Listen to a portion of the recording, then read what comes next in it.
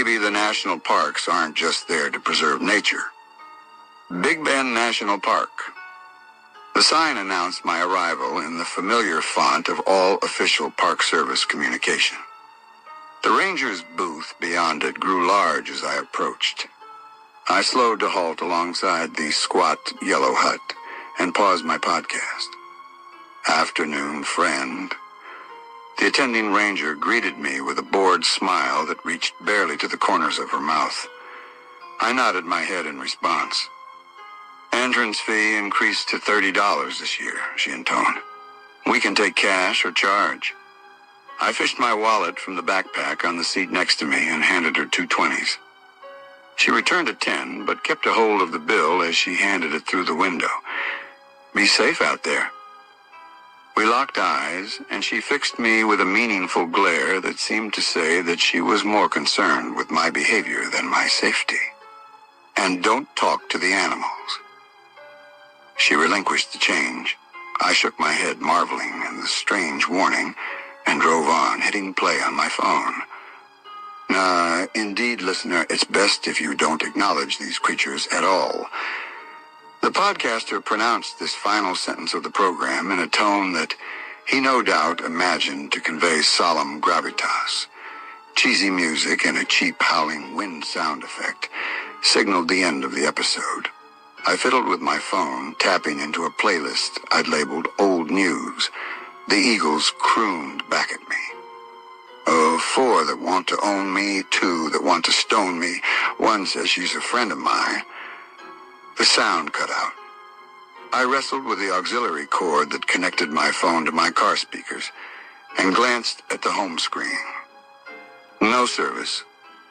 I stared at the now useless brick for a moment before turning my attention back to the road in front of me. Without my primary source of entertainment, I scanned through the radio stations, hoping to find something other than the breathless preaching that dominated the airwaves outside of the state's major population centers. I found only static.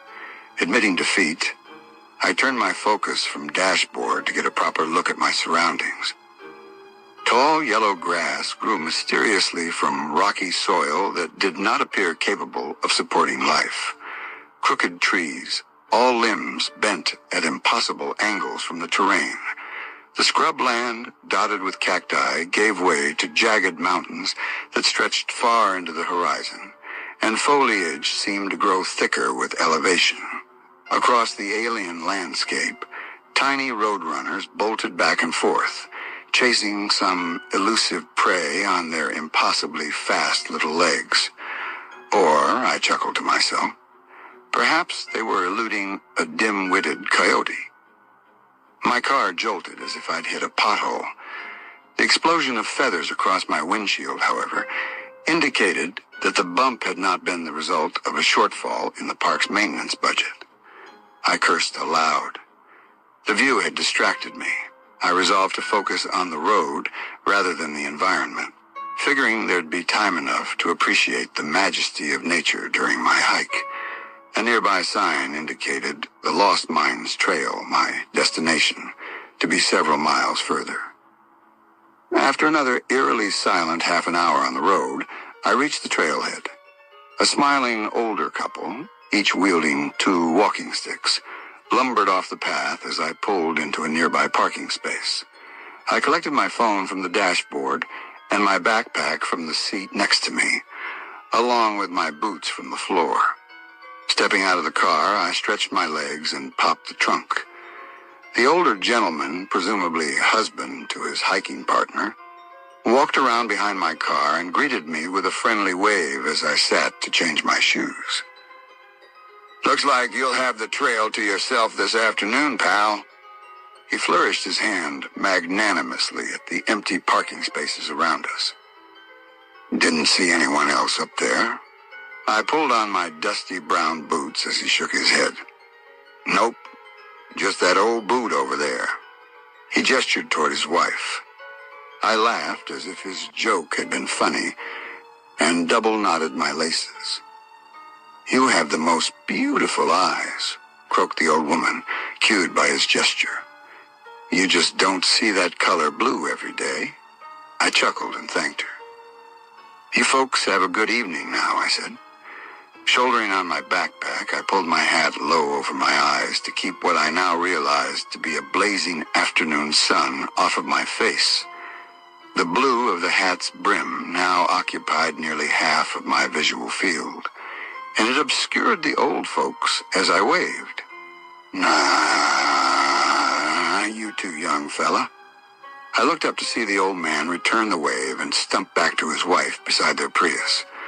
Watching the hunched gentleman labor to cross the mere feet of the parking lot, I marveled that he'd been able to complete the trail's steep climb. Maybe the couple had kept their walk short. In any event, I set out toward the path. The first mile or so of Lost Mines proceeds mostly uphill. Bristly flora frame the entire trail, and the low bushes make it easy to forget that the path winds through the middle of the desert and not somewhere more hospitable. As the trail's switchbacks carve their way up the mountain every few hundred yards, a clearing in the foliage reveals a sweeping view of the surrounding landscape. I covered this first stretch in a little less than half an hour. Hoping to capture the scenery for a new computer background, I paused in one of these gaps in the foliage and pulled out my phone.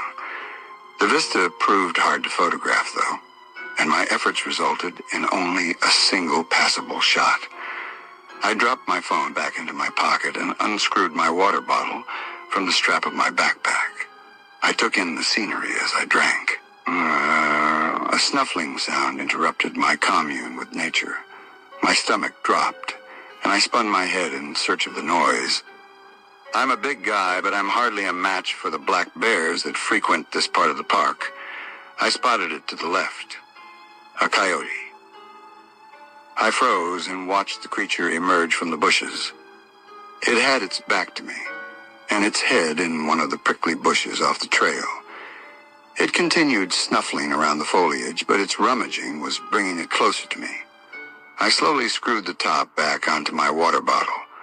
Coyotes didn't usually attack people, but in an emergency I could use the mostly full bottle to bludgeon the beast. The coyote raised its head and froze. It sniffed the air. Slowly it turned to face me. I locked eyes with it. The creature looked wrong.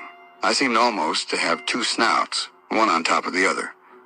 The deformity looked like a video game, rendering error of the sort that makes a virtual plant disappear into a wall and come out the other side.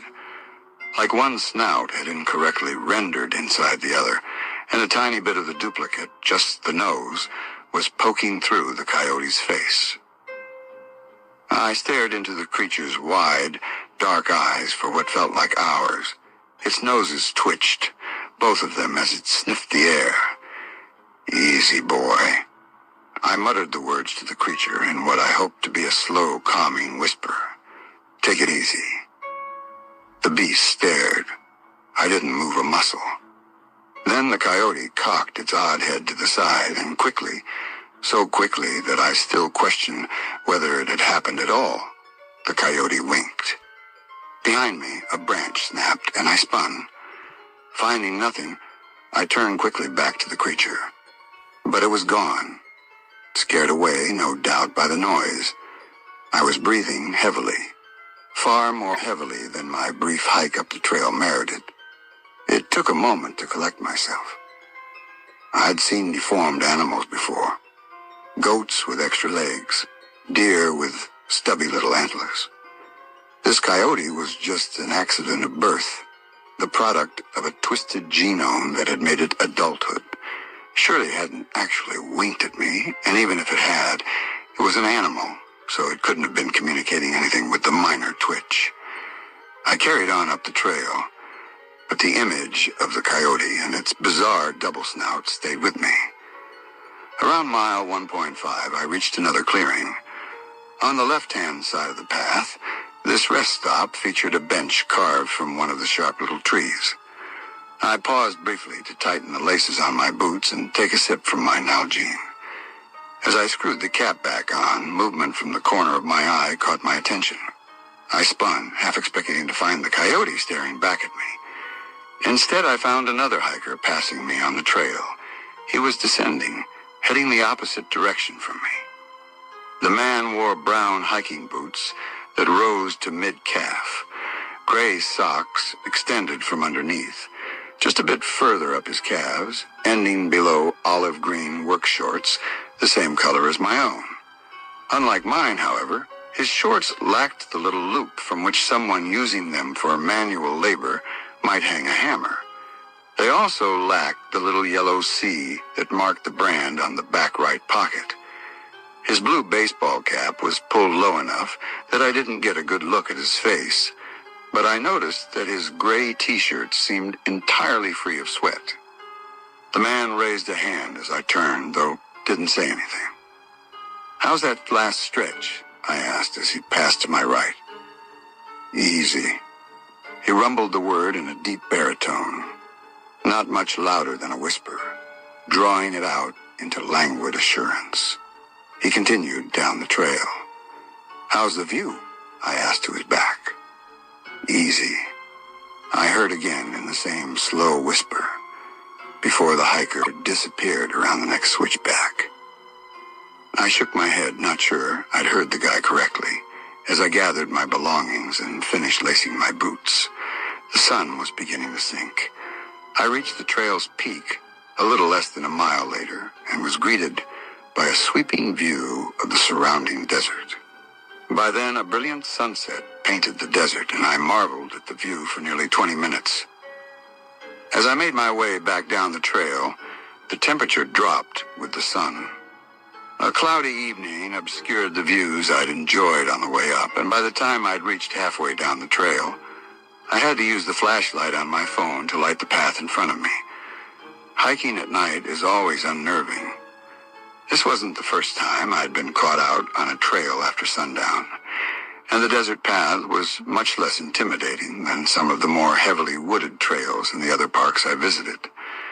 Still, the normal sounds of wildlife become much more sinister at night. As I descended, my thoughts turned back to the events of the day. I'd woken up at the crack of dawn to make the long drive. I didn't mind road trips, but the space between Austin and Big Bend was just empty. Not like one little town every couple of miles empty. Completely empty. Bring a spare can of gas and make sure you fill up every time you see a station empty. I'd really plumbed the depths of the podcast universe, and even my favorite programs had run stale by the time I'd reached the welcome sign. What was it the ranger had said to me? Don't talk to the animals? I suppose a person has to be a bit odd to become a park ranger anyway, especially one way out here in the middle of nowhere. Still, strange thing to say, the memory of the odd warning brought to mind the coyote, with its warped system error snout. I shuddered at the image. A branch snapped to my left. Wind whistled through the bushes. I sped up. A rock had found its way into one of my boots, and I bent to fish it out. The wind was whistling again. I held my phone in my mouth as I pulled one of my socks higher to make the boot a bit more accessible. The laces had loosened over the course of the day, and I could fit a finger down to the sole. I found the pebble and worked it out of the shoe with my index finger. I rolled it just past the top lace, near the middle of my calf. It was difficult to see the little gray stone. It matched the color of my socks nearly exactly, and the low light didn't help. I managed to grab it before it could fall back into my boots, though, and tossed it into the brush along the side of the path.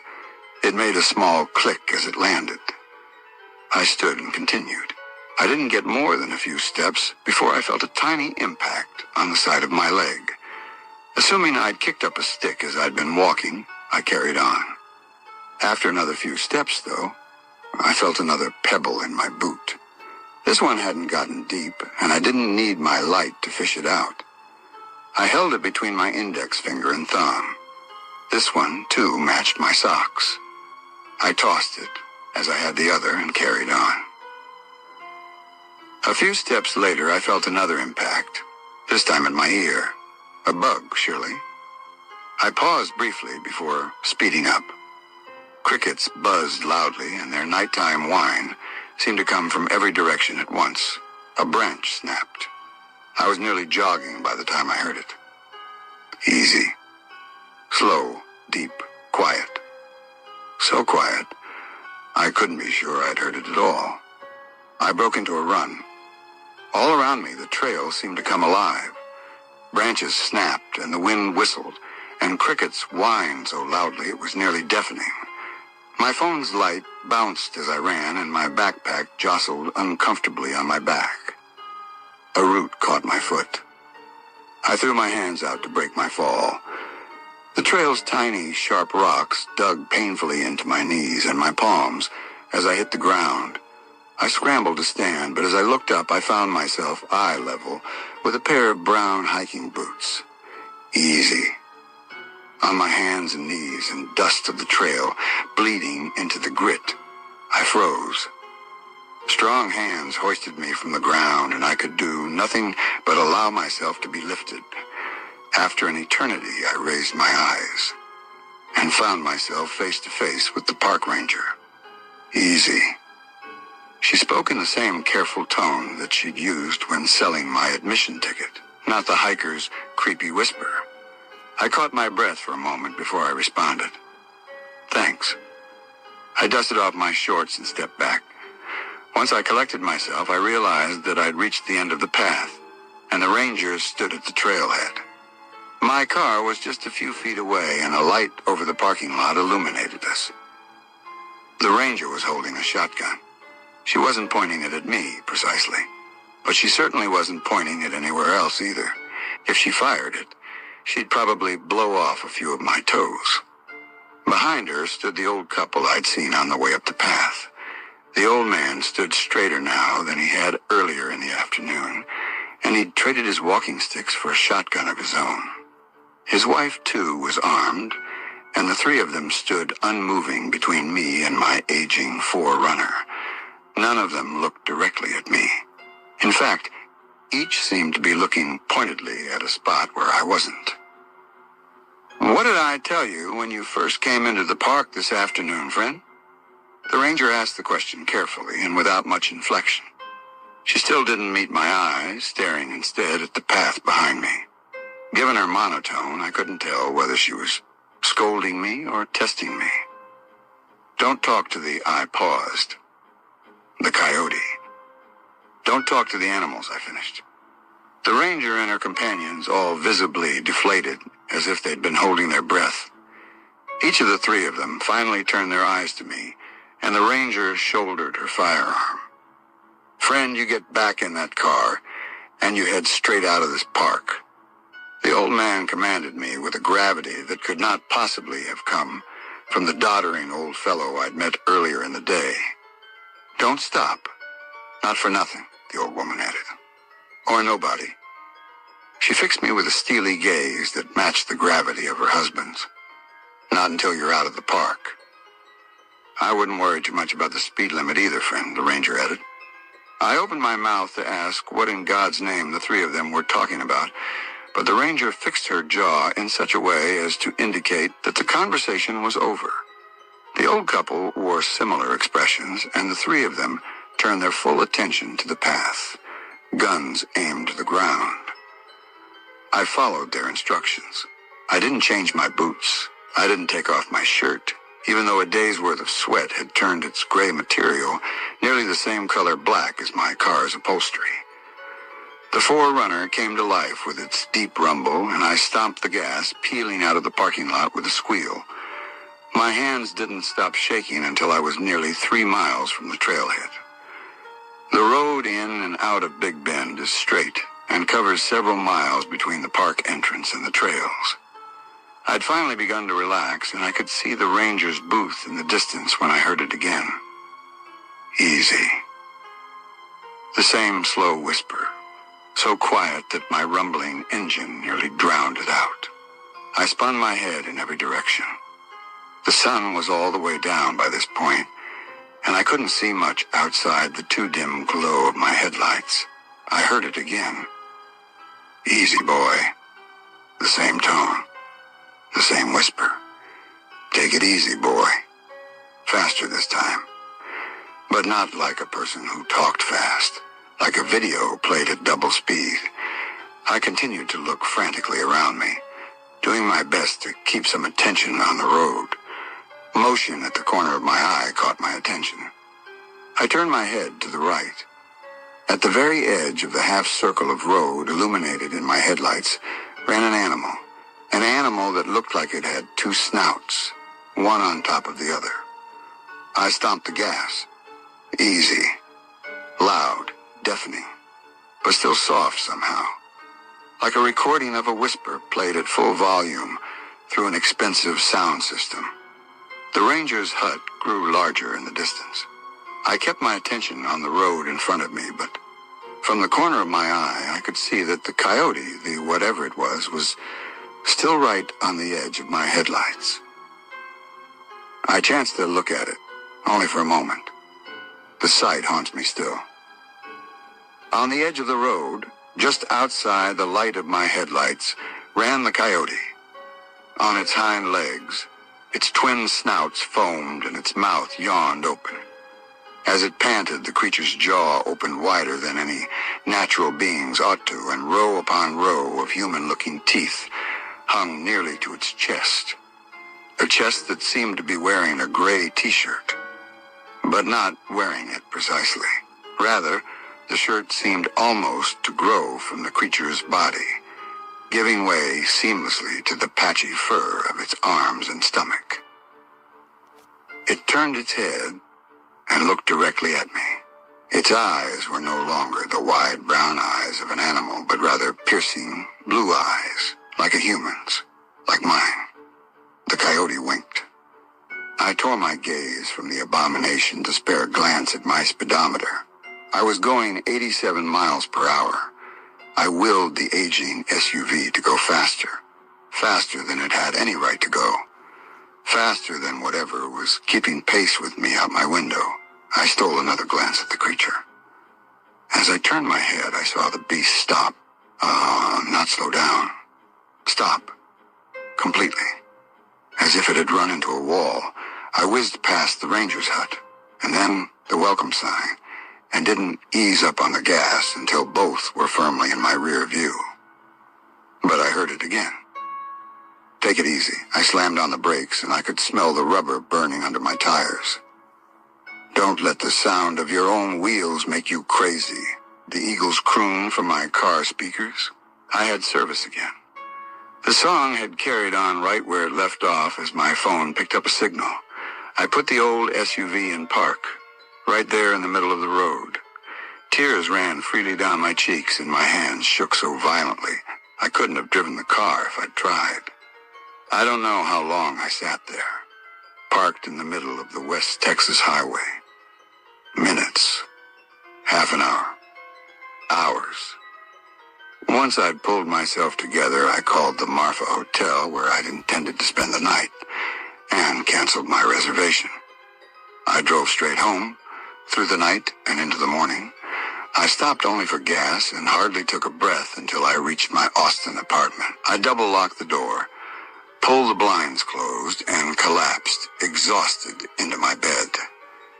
I'm still not sure just what the hell I saw out there in the desert. But the next morning I had the thought, for the first time, but certainly not for the last, that maybe the national parks aren't just there to preserve natural beauty.